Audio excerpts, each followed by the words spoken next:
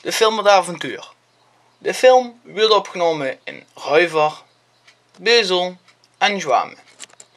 Bijna alle locaties zijn bekend.